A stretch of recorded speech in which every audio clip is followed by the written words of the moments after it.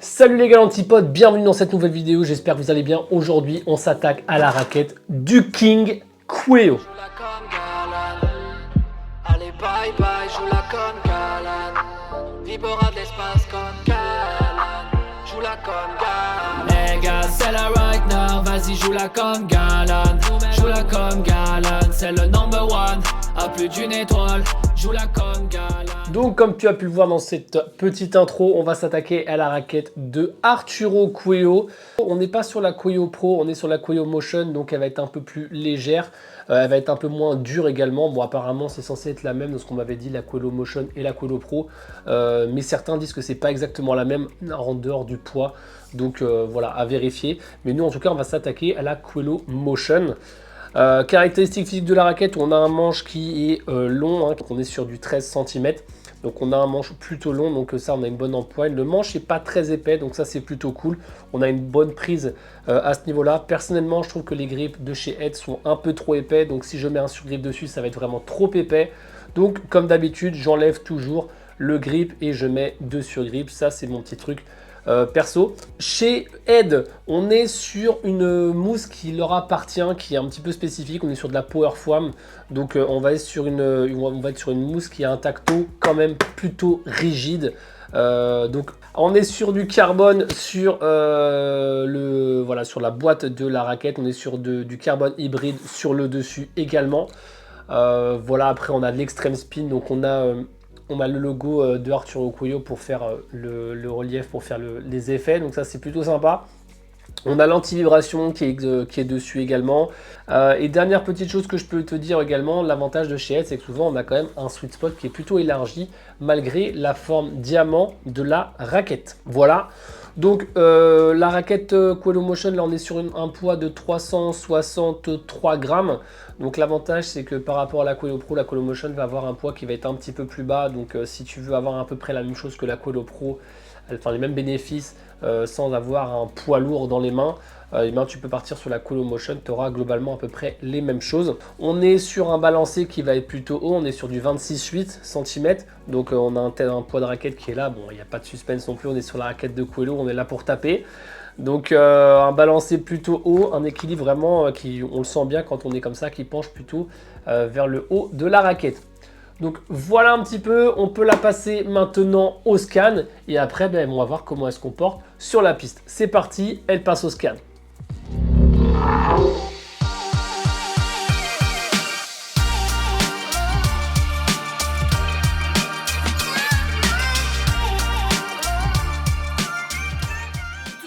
Ça poursuit les rêves, quand la vie nous teste, passion dans les veines, je reste dans le time. En fond de cours, on se rend compte que le toucher est plutôt rigide, mais c'est un rigide qui est vraiment très confortable. Personnellement, je n'ai pas du tout ressenti d'inconfort. Voilà, mais sinon en fond de cours, les balles elles répondent très bien, la balle elle sort très bien de la raquette. Ça c'est plutôt cool. Vraiment, on a une bonne sensation de contact de la raquette avec la balle. Ça c'est vraiment top. On peut vraiment avoir vraiment une bonne sensation quand la balle elle quitte la raquette. Ça c'est top. Donc on a le sentiment qu'on peut un petit peu faire ce qu'on veut, mais la balle elle sort quand même très rapidement de la raquette. Donc voilà, et la zone de frappe, comme elle est plutôt élargie, on se trompe pas quand on tape la balle, tout simplement. À la volée, la raquette se montre quand même très réactive. La balle sort vraiment très très vite, hein. J'ai pas le temps spécialement de la travailler parce que moi je manque de technique, hein. Donc la balle elle sort vraiment vite, elle sort profonde. Donc ça c'est plutôt intéressant. Vraiment on a une balle qui est lourde, qui attaque profond. On a de la puissance encore une fois facile. Donc vraiment très intéressant avec cette raquette là. On a de la puissance facile, mais mais elle gicle voilà, très vite. Et donc quand on a des volées réactives également, ça passe plutôt bien. Très confort, on ne se prend pas du tout de balles violentes dans le bras. C'est vraiment très confortable pour le coup. Même si la maniabilité, encore une fois, pour moi ça pêche un petit peu. C'est vraiment la petite note pour l'instant que j'ai sur ces tests-là de fond de cours et de la volée. C'est vraiment cet aspect maniabilité où je sens quand même que j'ai quelque chose dans la main, quoi. Je sens que j'ai un truc dans la main et voilà, je sens que ça me pèse un petit peu.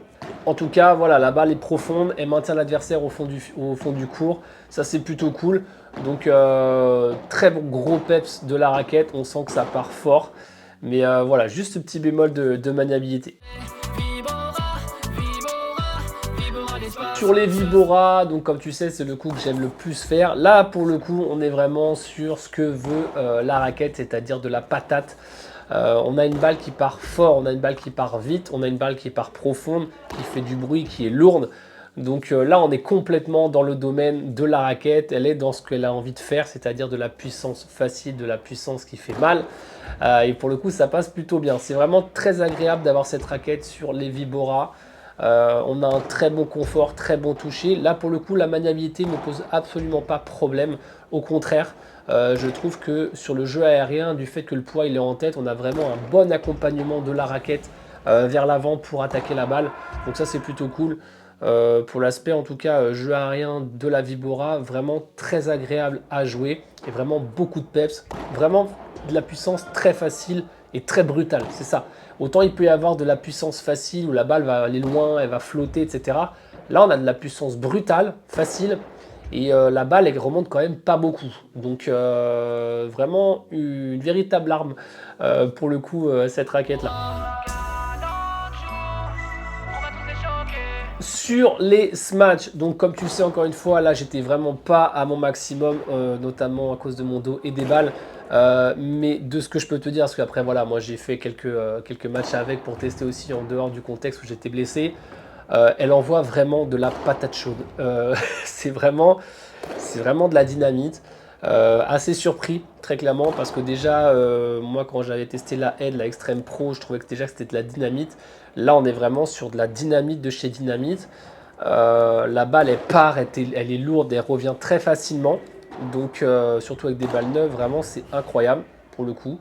Donc, très bonne sensation au smash avec cette raquette-là. Vraiment des smash dévastateurs. Hein. Si tu es bon déjà à la base sur les smash, là, ça va vraiment être une dinguerie.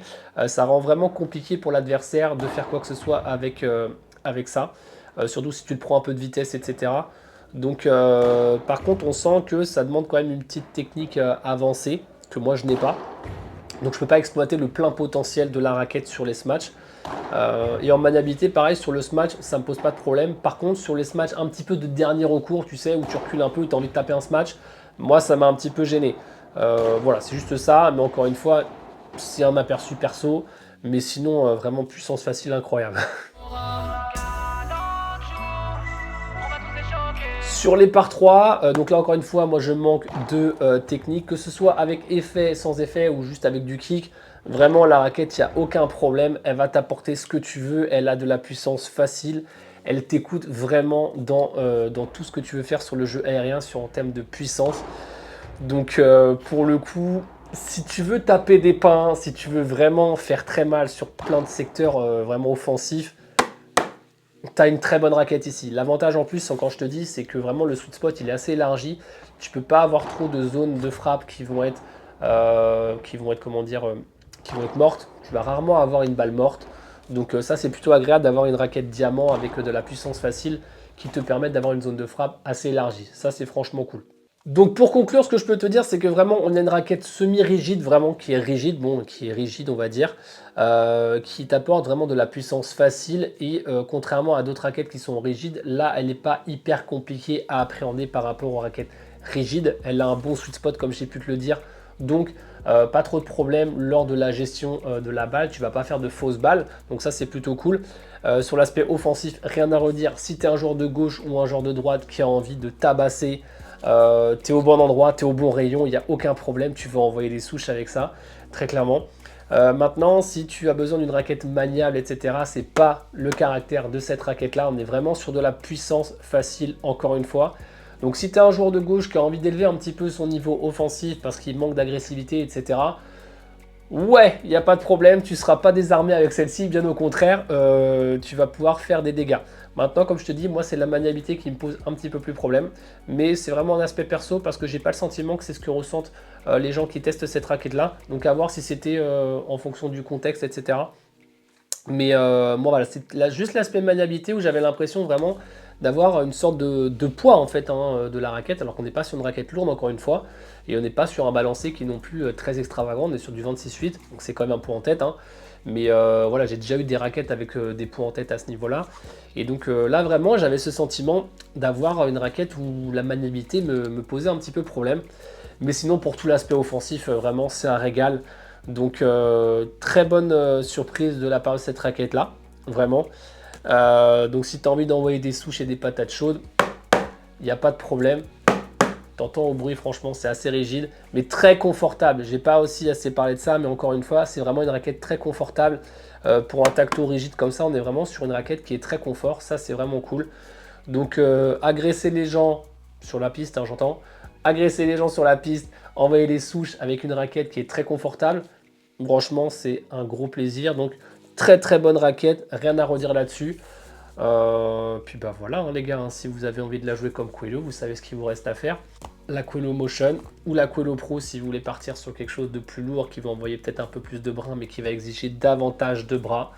Donc très franchement je vous recommande plutôt de partir sur la Queleo Motion et idéalement de prendre un poids qui n'est pas trop lourd si vous êtes un joueur de type avancé intermédiaire un petit peu comme moi.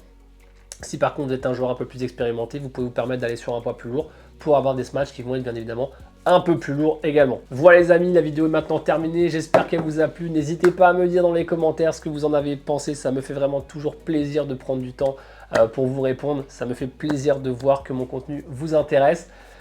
En attendant la prochaine vidéo les amis, je vous souhaite de très bonnes aventures de padel et en attendant vous savez ce qu'il vous reste à faire. Vas-y joue-la comme Galan, joue-la comme Galan, c'est le number one, à plus d'une étoile, joue-la comme Galan.